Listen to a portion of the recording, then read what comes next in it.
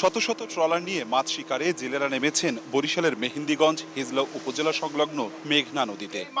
সংরক্ষণ অভিযানটা আপনাদের জন্যই। অথচ প্রজনন মৌসুম হওয়ায় মা ইলিশ রক্ষায় গত 4 অক্টোবর থেকে শুরু হয় 22 দিনের মাছ শিকারে নিষেধাজ্ঞা। তা উপেক্ষা করেই জাল নিয়ে নদীতে জেলেরা, আর তা ঠেকাতে যৌথ অভিযান চালায় মৎস্য অধিদপ্তর, কোস্টগার্ড ও নৌ পুলিশ।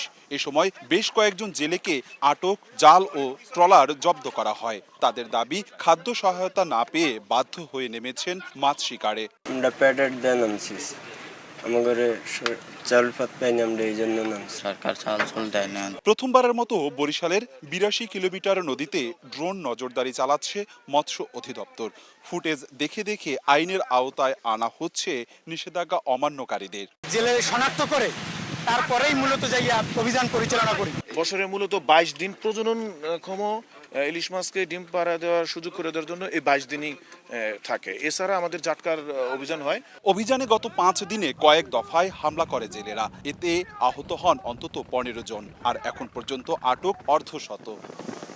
অপূর্ব অপু, সময় সংবাদ, বরিশাল।